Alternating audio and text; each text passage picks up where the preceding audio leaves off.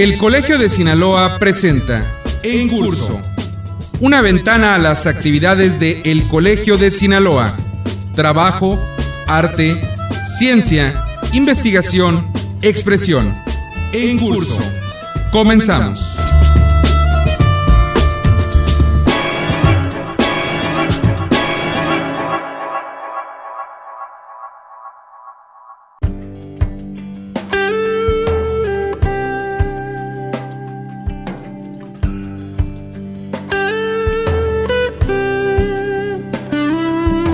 El Colegio de Sinaloa coadyuva en la formación continua de estudiantes, profesionistas, académicos y público en general, mediante convenios de colaboración entre las diversas instituciones públicas del estado de Sinaloa, pero de manera específica mediante una oferta propia de cátedras magistrales coordinadas por los miembros del Consejo Colegiado.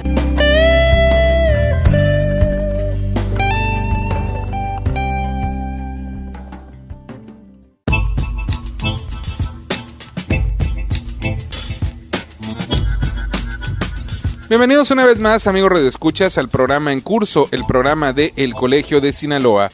Yo soy Gerardo Osornio y en esta ocasión le vamos a presentar una entrevista muy interesante con el doctor Germán Viveros, quien es parte del Seminario de Cultura Mexicana y recientemente estuvo en Sinaloa para dictar algunas conferencias. El tema es verdaderamente apasionante, se trata del teatro y el tema se titula Aspectos del Teatro Novohispano. En gran medida es la historia de cómo llegó el teatro a América, especialmente a México en la Nueva España, y cómo se fue desarrollando a través de los siglos. El teatro es una de las bellas artes que quizá muchos no conocen, pero deberían acercarse porque sinceramente es apasionante. Así que hoy aquí en Curso vamos a platicar con el doctor Germán Viveros sobre el teatro en la Nueva España. Vamos a escucharlo.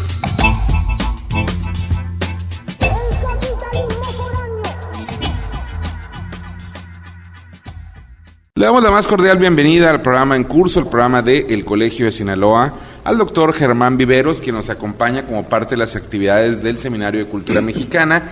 Y hoy va a platicar con nosotros de un tema muy interesante, la verdad, los aspectos del teatro novohispano. Algunos pues quizás saben un poco de esto, algunos como su servidor desconocemos por completo, es algo que nos va a ser novedoso y sin duda muy interesante. Doctor, bienvenido, muchas gracias por acompañarnos. Gracias a usted por la invitación, la conversación. Bueno, pues teatro novohispano. Yo quisiera comenzar por la ubicación de época. ¿A qué época nos referimos básicamente?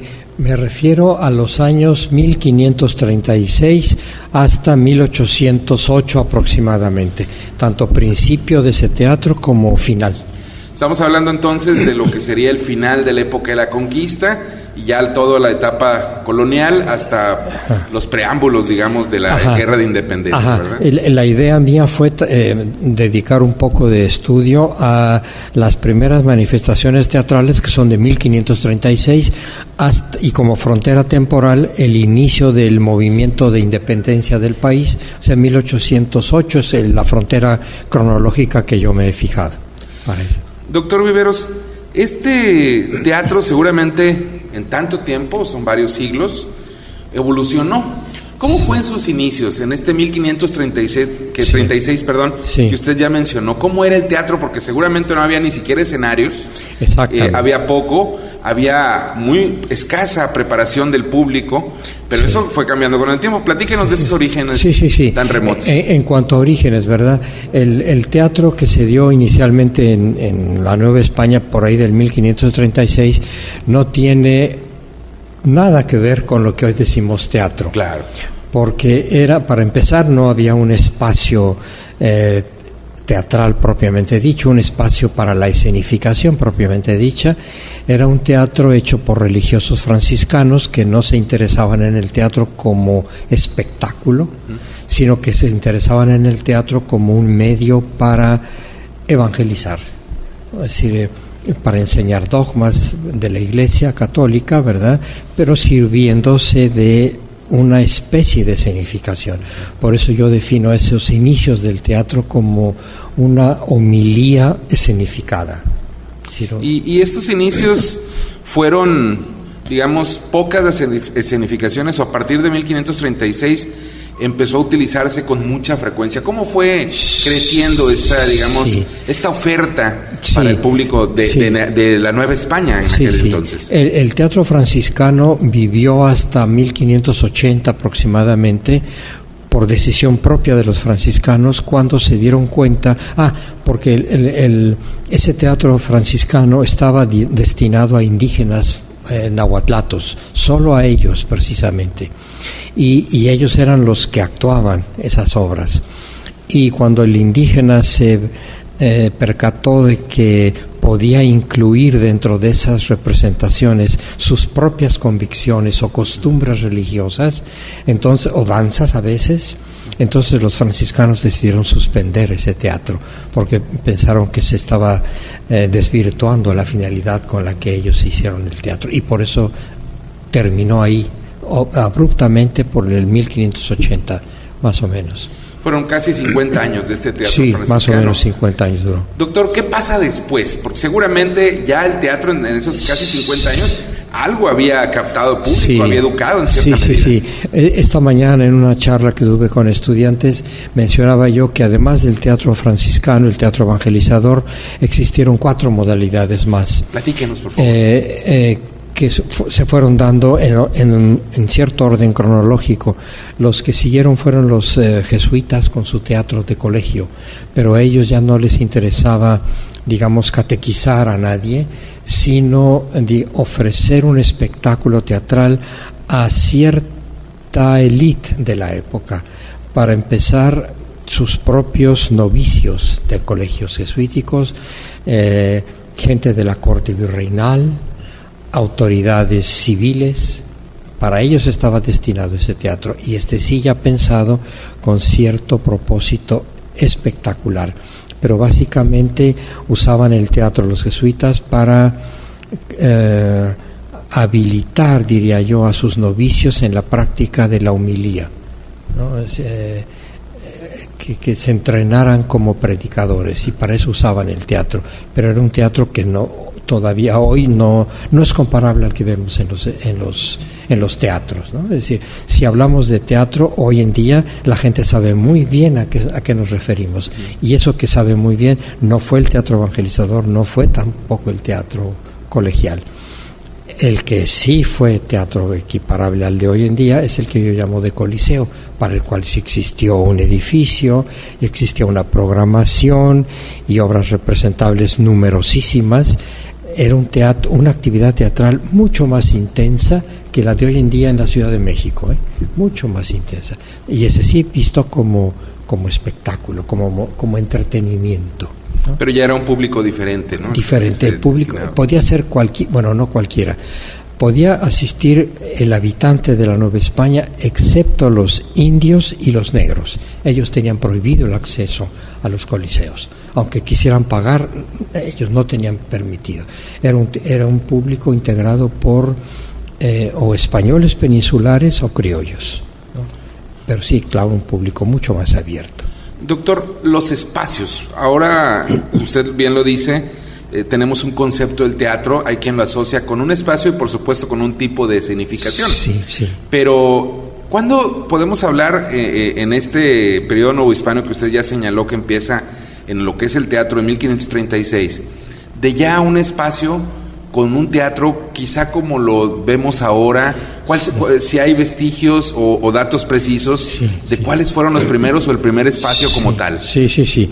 El primero que hubo fue el Coliseo de México, el cual ya no existe. El edificio teatral ya no existe. Estuvo ubicado en el centro histórico de la Ciudad de México, en lo que hoy es la esquina de la calle Bolívar y Venustiano Carranza. Allí estuvo el Coliseo de México, pero repito, ya no hay piedra sobre piedra de ese edificio, ¿no? Pero curiosamente tenemos la maqueta, incluso los planos con que fue construido ese Coliseo.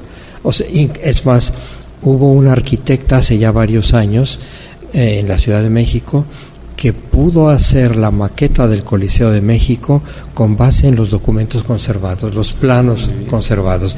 Y esa maqueta se conserva en el Centro de Investigación Teatral Rodolfo Sigli de la Ciudad de México. Ahí está esa maqueta.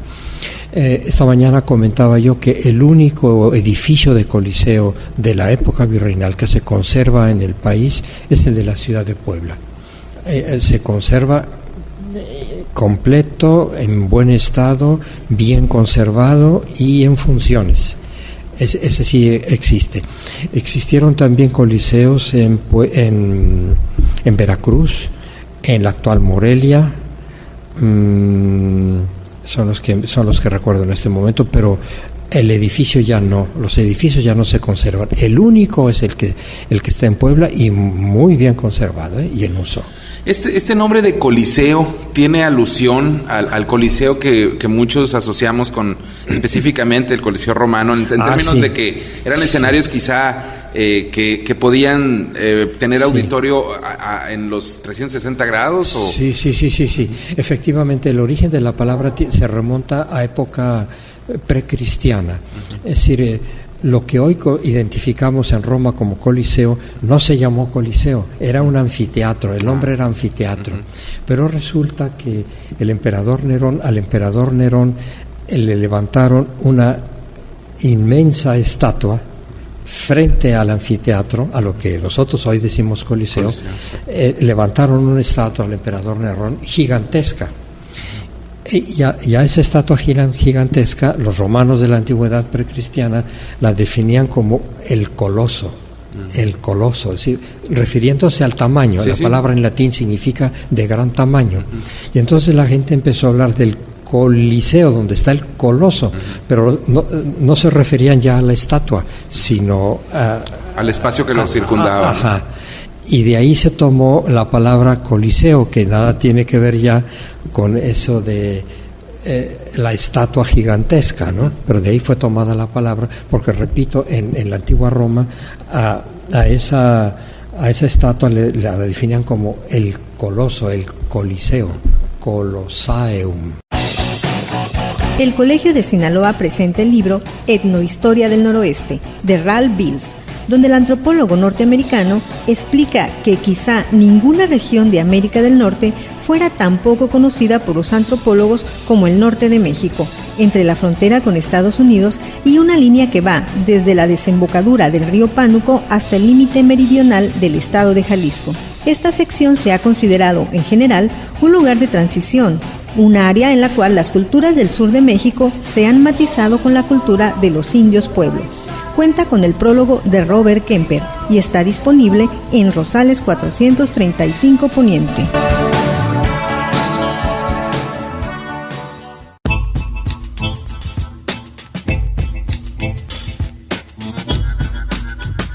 Les recuerdo a quienes nos sintonizan a través de las diversas radiodifusoras culturales del estado de Sinaloa que este es el programa en curso, el programa de El Colegio de Sinaloa. El día de hoy estamos escuchando una entrevista con el doctor Germán Viveros, que como parte de las actividades del Seminario de Cultura Mexicana visitó Sinaloa para dictar algunas conferencias. Básicamente estamos platicando de un tema verdaderamente interesante con el doctor Viveros: los aspectos del teatro novohispano. Verdaderamente apasionante la historia de cómo llega el teatro a nuestro país, sobre todo, después de la conquista, y cómo se va desarrollando a través de la época de la colonia hasta nuestros días. Verdaderamente interesante también hablar de una de las bellas artes, el teatro, que por desgracia para muchos es algo desconocido, pero que aquí nos permitimos sugerirle se acerque a esa arte como espectador, porque verdaderamente es apasionante y su historia no lo es menos. Hoy estamos escuchando, le repito, al doctor Germán Viveros con la historia del teatro novohispano, que básicamente es parte importante también de la historia de nuestro país. Vamos a seguir escuchando sin más preámbulo esta entrevista.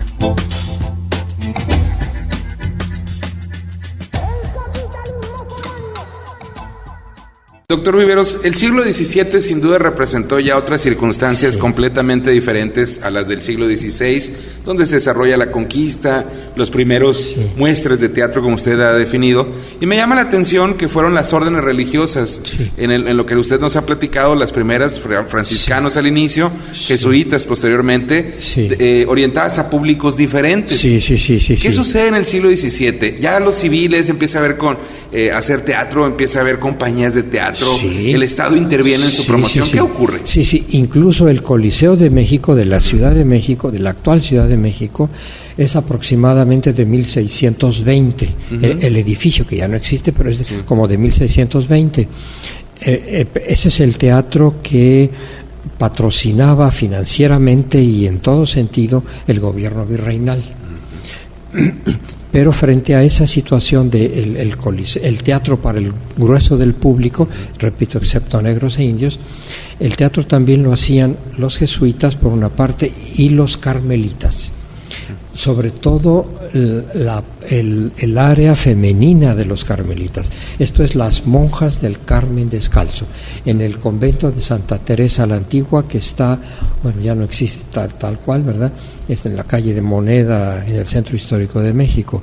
Ellas hacían teatro también, igual que los jesuitas, pero era un teatro elitista, diría yo, es decir, para un determinado público, ¿no? Es decir, su propia comunidad eclesiástica, funcionarios de gobierno y la familia virreinal del virrey.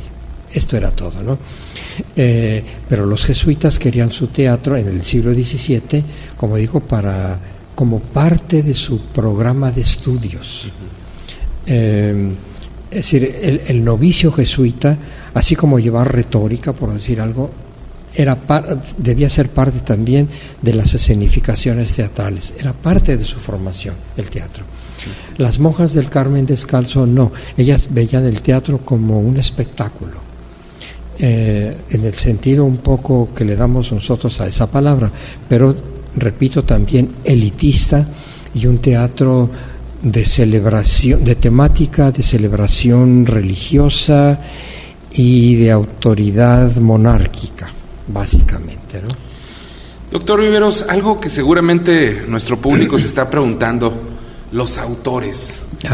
¿Quiénes fueron los autores que primero se escenificaron en México? Las primeras obras, ¿a quién correspondieron? Ese honor de haber sido quienes abrieron, digamos, la actividad teatral en México como autores, obviamente ya como organizadores del teatro se nos ha mencionado algunas órdenes religiosas, incluyendo el ala femenina de los carmelitas.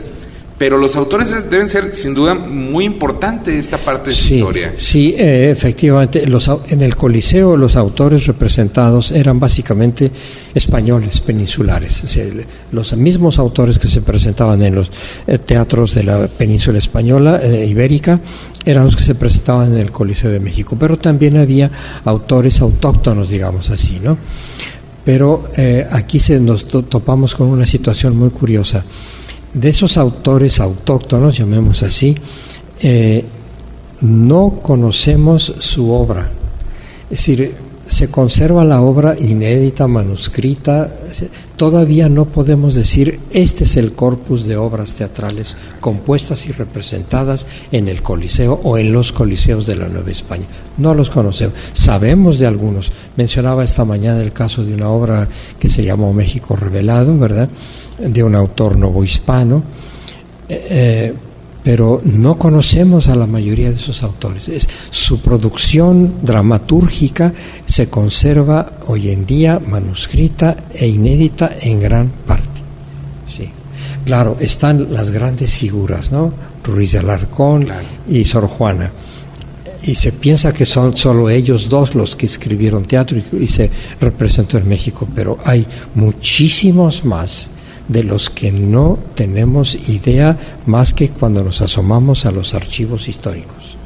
Sí. Doctor, me llama la atención también que, bueno, sin duda el paso de los siglos, desde el 16, los inicios del teatro en este 1536 que usted ha mencionado en un par de ocasiones, pero cuando llega el siglo XVIII la consolidación de la colonia era evidente, la situación social era completamente diferente.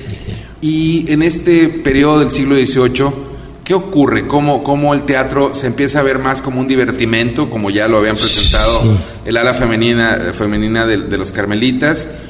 Ya había compañías civiles que nada tenían que ver con los grupos religiosos. ¿Qué sucede en el siglo XVIII? Porque, bueno, ya después el XIX sería un cambio sustancial, los sobresaltos en España, en Europa, los cambios de gobierno dictan otra cosa, pero el 18 es fundamental. ¿Qué sucede en ese momento? En el siglo XVIII ya el teatro de Coliseo al menos está bien organizado, muy bien organizado por el gobierno virreinal. Hay que decir que el teatro de Coliseo dependía totalmente de la autoridad virreinal en cuanto a finanzas, organización de compañías teatrales, pago de salarios, todo dependía del gobierno virreinal. Yo me atrevo a sostener que el teatro de Coliseo era una entidad más del gobierno virreinal. Es decir, el gobierno virreinal decidía todo respecto del teatro de Coliseo nada más, de evangelizador, colegial, callejero, no, solo el de Coliseo, lo controlaba totalmente el gobierno virreinal. Incluso el gobierno virreinal había integrado un aparato censor verdaderamente impresionante. Es decir, dos censores eran censores nombrados por el virrey personalmente, eran los que decían esto se representa, esto no se representa. El gobierno virreinal era el que pagaba al empresario teatral, el que pagaba a los actores, a los músicos, a los bailarines, es decir, todo el personal involucrado en la dramaturgia resultaba asalariado del gobierno virreinal. Pero sí, la cartelera era enorme, riquísima, muy rica. Había teatro todos los días del año, excepto en Cuaresma. Sí, por la cuestión religiosa, que era muy fuerte. Sí. Pero era impresionante. Pero, repito, aquí el gobierno virreinal era el que determinaba todo lo que atañía a coliseos. No a los callejeros, no a los de colegio. Eso es otra cosa. Doctor, usted acaba de mencionar la censura. Sí. ¿Cómo funcionó este aparato censor que usted menciona, de tamaño y de magnitudes impresionantes en muchos sentidos? ¿Cómo era? Sí. Es decir, cuando un empresario teatral tenía listo el programa de un mes, de cualquier mes del año, repito, excepto Cuaresma, el empresario tenía que obligadamente presentar por escrito la lista de obras que se representarían cada día de ese mes, indicando nombre de la obra, nombre del autor y de los primeros actores. Entregaba esa lista y previamente el virrey en persona decía: nombro a 2 censores, uno que debía ser de una orden religiosa, otro que debía ser un funcionario de gobierno,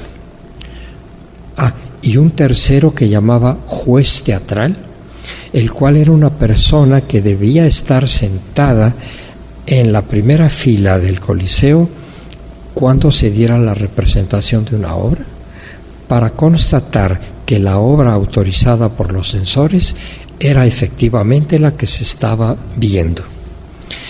Pero a esos 3 personajes, a los 2 censores y al juez de teatro, los nombraba directamente el virrey. Y los censores por escrito también decían: la obra se presenta, el nihil obstat que decimos hoy. Pero cuando decían esta no se presenta, debían decir de manera resumida las razones por las que no se representaba la obra. Y de eso tenemos constancia en los documentos que se conservan. Claro. Es decir, por ejemplo, se decía: la obra usa el lenguaje obsceno, o la obra es incoherente, o los personajes no están bien definidos, o en la obra se ofende a la autoridad virreinal o monárquica, o bien se ofende a algún concepto de religión católica, y lo especifican. Y si había algo de eso, entonces la obra no se presentaba. En fin, era una censura tremenda, y se conservan los testimonios escritos de las censuras, por lo que uno ve que era una censura realmente feroz. Sí, porque lo que usted me comenta es que no era un asunto nada más de cuidar las buenas costumbres, No. de tener quizá la crítica al poder civil, sino también era cuidar la calidad. Sí. La calidad, por esto de la incoherencia, por ejemplo, la definición de los personajes, Sí. era cuidar la calidad del producto que se estaba presentando. Sí. Pero al gobierno virreinal le interesaba todavía más el asunto de las buenas costumbres. Por ejemplo, hay documentos conservados de censores que dicen: la obra es muy mala, pero permite educar en cuanto a comportamiento cívico de los ciudadanos, ¿no? O sea, veían esa faceta. Si cumplía con esa finalidad de depurar costumbres o el comportamiento en sociedad, en familia, etcétera, si cumplía con eso, adelante, aunque fuera muy mala, como decía un censor, ¿no? Doctor, me llama la atención también, hemos hablado de autores, hemos hablado pues de la situación de los teatros, los espacios, en fin, pero la gran oferta de la que usted nos habla debe haber también puesto en los ojos de mucha gente, digamos en un plan de fama, a ciertos actores. Ah, sí. Platícanos un poco de eso, por favor. Sí, claro. Los actores eran populares, muy populares, pero también eran caracterizados por ser un gremio muy, ¿cómo diría yo?, muy conflictivo, muy lioso. Tanto así que en un acervo documental del Archivo General de la Nación de México hay una serie documental que se llama Criminal. Como serie se llama Criminal. Y en ella hay una gran cantidad de expedientes de actores. Es decir, por libertinos, borrachos, sinvergüenzas, ladrones, los denunciaban, a veces entre ellos mismos se denunciaban, ¿verdad? Y entonces, claro, les caía la autoridad y se hacía un proceso y conservamos los procesos, se conservan por escrito los procesos.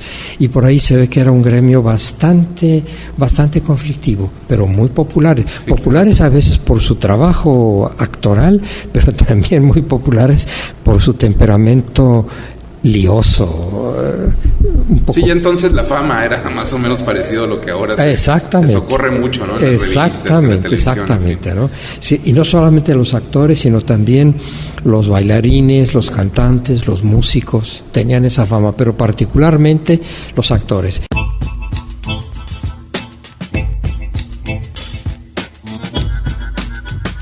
Hemos escuchado el día de hoy aquí en Curso, el programa de El Colegio de Sinaloa, al doctor Germán Viveros, con un tema muy apasionante, aspectos del teatro novohispano, prácticamente la historia del teatro en nuestro país, desde el final de la Guerra de Conquista, a través de la colonia y por supuesto hasta nuestros días.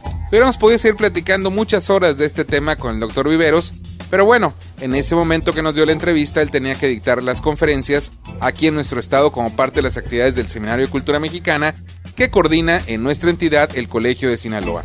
Nos vamos a despedir, agradecemos su atención a esta emisión, también lo invitamos para que se quede en compañía de esta emisora y para que nos acompañe en las diversas actividades del Colegio de Sinaloa. Para obtener de estas últimas horarios y días precisos, puede acudir en la ciudad de Culiacán en horas de oficina a la calle Antonio Rosales, 435 Poniente, código postal 80,000, o llamar también en la capital del estado sinaloense a los teléfonos 716-1046 y 716-1050, ambos con LADA 667, o desde cualquier punto teclear en la red www.elcolegiodesinaloa.gov.mx o enviar un correo electrónico solicitando información a coldecin@yahoo.com.mx. Yo soy Gerardo Osornio y esto fue En Curso, el programa de El Colegio de Sinaloa.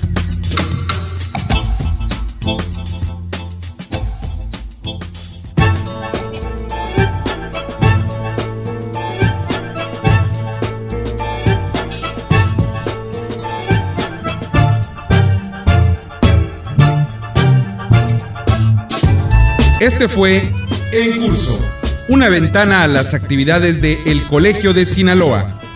La próxima semana, usted tiene una cita a la misma hora en esta misma estación con En Curso, el programa de El Colegio de Sinaloa.